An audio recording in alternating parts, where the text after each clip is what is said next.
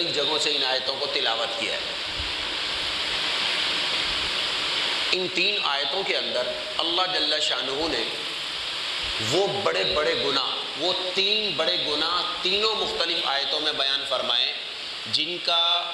آخرت میں عذاب تو یقینی اور پکا ہے ہی، دنیا کے اندر بھی ان کا عذاب نقد ملتا ہے۔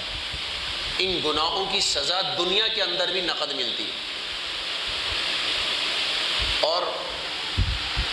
ان 3 گناہوں کے بیان کرنے کا مقصد صرف اور صرف یہ ہے کہ ہم اپنا جائزہ لیں کہ ہم ان بڑے بڑے گناہوں میں مبتلا تو نہیں ہیں،